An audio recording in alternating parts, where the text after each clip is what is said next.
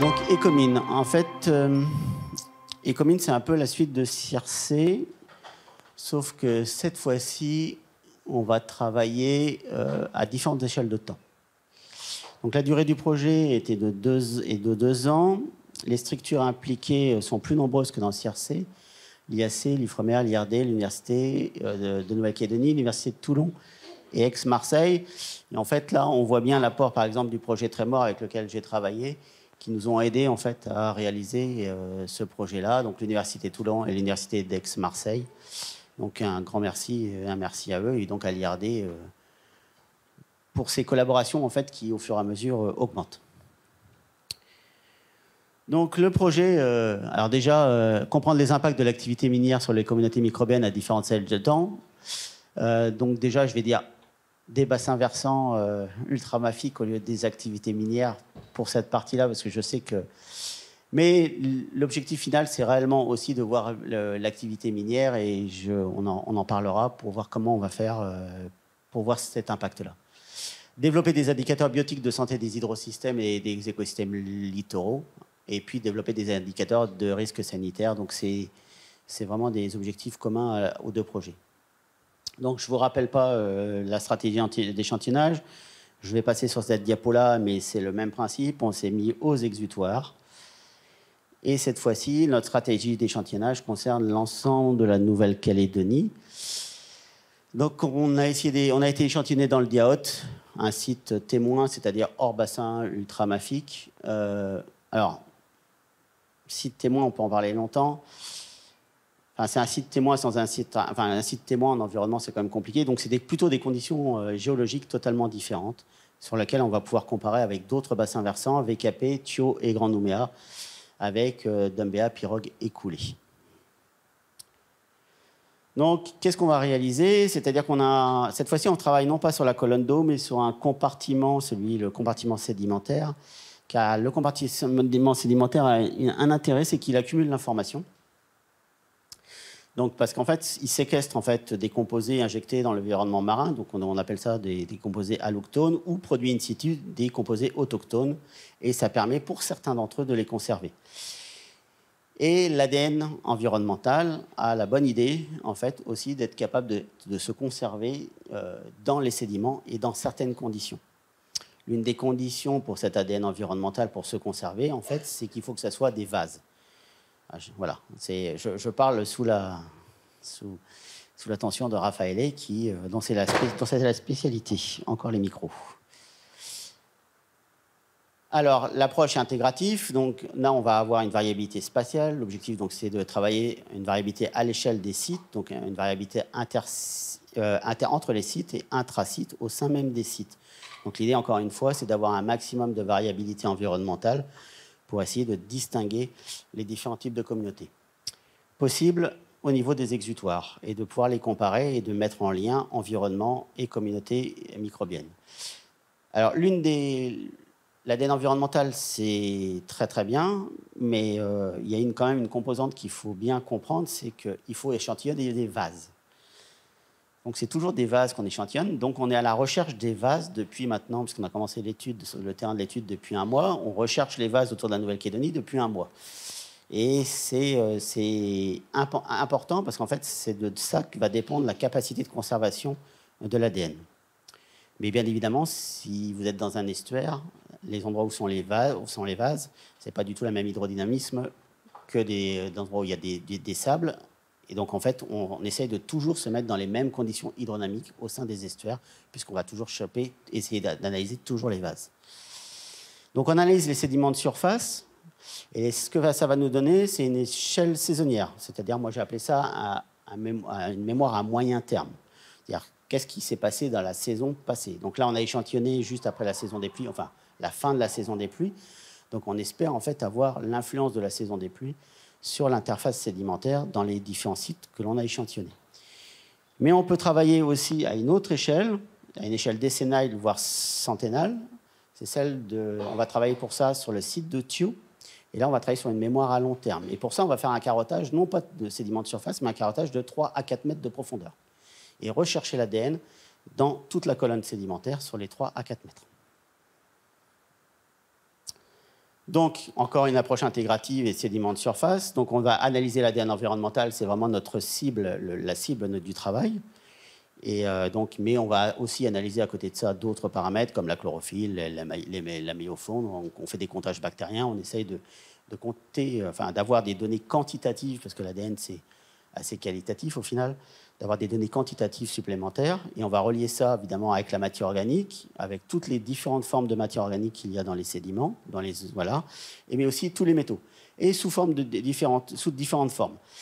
En général, tous les papiers, en fait, ils font ADN environnemental et ils prennent les métaux, ils prennent les sédiments, ils analysent les métaux totaux, et ils essayent de relier ça, en fait, aux conditions, aux différents types de communautés. Je ne suis pas un fan, je pense qu'en fait, ce n'est pas forcément ces métaux-là qui sont dangereux, parce qu'en fait, pour la plupart, ils sont complètement scotchés, enfin, ils sont inaccessibles pour la plupart des micro-organismes, mais plutôt certaines formes de métaux qui se trouvent sous forme chimique particulière dans les sédiments. Donc, je fais le pari de mon côté que ce sont plutôt différentes formes chimiques qui vont peut-être orienter nos communautés dans les sédiments. D'où l'analyse des métaux sur différentes formes, dissous, particulières et de formes chimiques. Donc en fait, sous forme de+, sous forme oxydée. Voilà. Et derrière ça, on analyse l'ensemble des propriétés du sédiment, aussi bien la granulométrie, la porosité, le pH, le redox, l'oxygène, la salinité, les nutriments, pour avoir une vision assez globale de l'environnement de ces sédiments.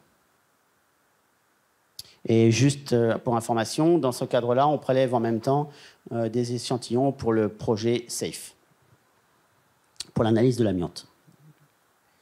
Donc les moyens humains, donc nous avons obtenu un doctorat Ifremer, qui c'est le projet Microcosma, donc dont vous avez vu voilà, la demoiselle qui a été sélectionnée en septembre dernier, en août dernier. On a eu un Master 2 financé par l'Ifremer, Naïna Mouras, qui peut lever le bras, qui est ici aussi dans la salle. On a obtenu en parallèle de ce projet en MLD Raphaël Essiano, qui est là depuis 2 mois, voilà, et qui travaille avec nous sur ce projet donc depuis 2 mois, avec différents objectifs dans sa mission. On a la venue en mission du docteur Benjamin Oursel, de l'Université d'Aix-Marseille, qui est un spécialiste des métaux et qui sera là avec nous au début avril. Lui qui a beaucoup travaillé sur les métaux dans les sédiments sous impact anthropique à Marseille. Donc lui, on profite d'une mission organisée par Cécile Dupuis au sud des Fidji. Il est là actuellement sur le bateau et on se l'est accaparé une semaine pour qu'il nous aide à travailler sur toute la partie métaux et matières organiques. Et je tiens à souligner une forte mobilisation des équipements locales, à la fois en écologie et en chimie. Sans eux, ça serait ingérable.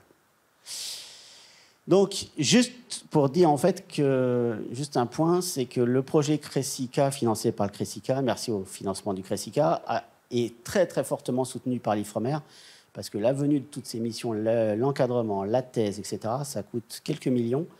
Et il faut bien se le dire, l'Ifremer soutient très très fortement ce projet. Donc l'avancée du projet, maintenant, rentrons dans les... Alors, le projet, où en sommes-nous? Nous avons commencé par la zone VKP. Pourquoi la zone VKP? Parce qu'en fait, on a travaillé dans le cadre de Trémor sur la zone VKP, et c'était parfait pour échantillonner des sédiments de surface dans la sortie de la rivière de la Coco. Et nous avions une belle mangrove avec une belle zone de sédimentation, et on a été échantillonné dans cette zone-là entre le 7 et le 11 mars dernier. On a fait la semaine d'après le Diaote entre le 14 et le 18 mars. Et le Grand Nouméa, on a commencé entre le 21 et le 25 mars pour travailler sur la Dumbéa. Donc il reste à faire en cours, en fait. Les pirogues écoulées entre le 11 et le 15 avril prochain, c'est déjà organisé, en espérant que le temps le permette. Et la carotte de Thio, qui est de l'ADN ancien et qui est prévue le 22 avril. Alors pourquoi est-ce qu'on ne fait pas des sédiments de surface? On fait des sédiments de surface à Diaote, VKP et Nouméa. Et pourquoi, initialement, le Diaote n'était pas prévu, on devait faire ça sur Thio. Pourquoi est-ce qu'on fait pas ça sur Thio? Tout simplement qu'en fait, à Thio, la sortie de la rivière, on tombe tout de suite très vite dans les profondeurs et on ne peut pas l'échantillonner de manière similaire à ce qu'on a échantillonné sur les 3 zones actuellement autour de Nouméa, où on échantillonne avec 1,50 m d'eau. C'est-à-dire qu'on est vraiment dans les zones de sédimentation de fond de baie. C'est vraiment notre cible d'échantillonnage. Donc on a réalisé 105 carottes, récoltées sur 147 de prévues. Donc il y a généralement des carottes pour la biologie, des carottes pour la chimie. On a commencé les extractions. Excusez-moi pour l'image parce que c'est vraiment pas beau. Je pense qu'il y a les biologistes moléculaires vont s'étouffer avec cette image-là. Mais c'est juste pour vous dire en fait qu'on a commencé à extraire et à amplifier l'ADN à l'Ifremer pour un séquençage de l'ADN qui est prévu le 4 juillet pour tous les sédiments de surface. Et la grande nouvelle, c'est que on a extrait et on a réussi. Enfin, ça marche en fait. Ça marche parce que des sédiments, parfois, on a du mal à amplifier l'ADN et on a du mal à avoir le signal ADN. Et cette fois-ci, on a pour l'instant que des bonnes surprises sur tous les premiers essais réalisés.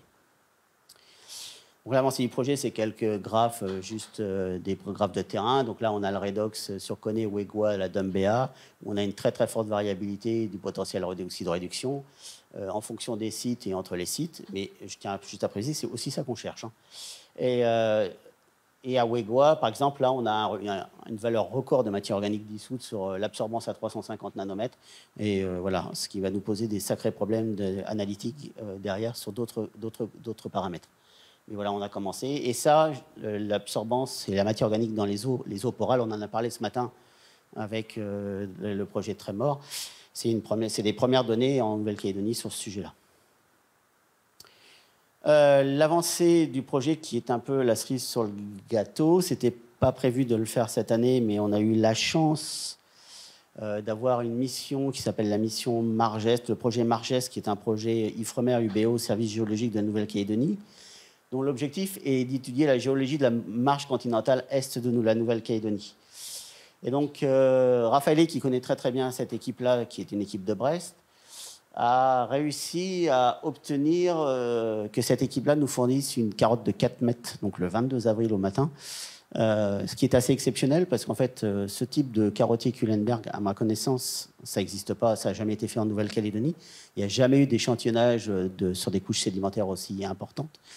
Et donc, on profite de cette mission-là de l'équipe Margest et un grand merci à eux parce que là, on a quelque chose d'exceptionnel puisqu'on va pouvoir remonter à plusieurs centaines d'années dans les sédiments à travers l'ADN environnemental. Alors, encore une fois, l'ADN environnemental et l'extraction de l'ADN environnemental de ces carottes, si j'ai bien compris, c'est quand même quelque chose de très compliqué qui va nécessiter des moyens relativement importants et des coûts importants sur lesquels... voilà. Mais si vous voulez en savoir plus sur ce type de travail, je vous recommande ces deux liens sur YouTube où vous avez Raphaël qui est présent dans la salle, qui vous explique le travail qui est réalisé sur l'ADN ancien et ce qu'on peut obtenir sur l'ADN ancien. Voilà. Je vous remercie pour votre attention. Et si vous avez des questions...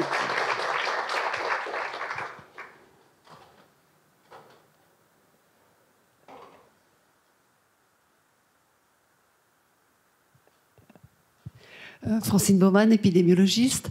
Je me demandais comment tu fais pour dater. Tu dis que tu fais une carotte de 3-4 mètres, que tu allais remonter à une centaine d'années. Et comment tu fais pour dater, en fait? Alors ça, c'est les chimistes qui datent. Alors c'est une collaboration qu'on a avec l'Université de Bordeaux. Alors il y a les carbonates, où on peut faire du carbone 4, c'est ça. Et après, il y a c'est ça. Hein, c'est celui-là qu'on va utiliser, je ne sais pas. C'est le plan 210. Qui te permet de dater en fait tes couches sédimentaires.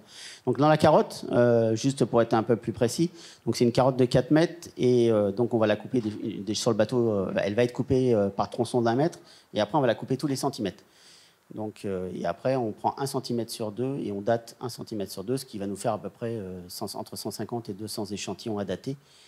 Et voilà, financièrement c'est vrai que c'est, mais c'est fait à l'université de Bordeaux avec le plan 210.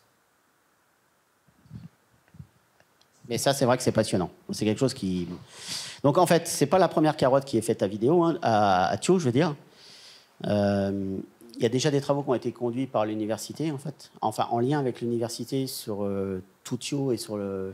Il y a quand même une relative bonne connaissance, en fait, de la zone de Thio en termes de sédimentaux.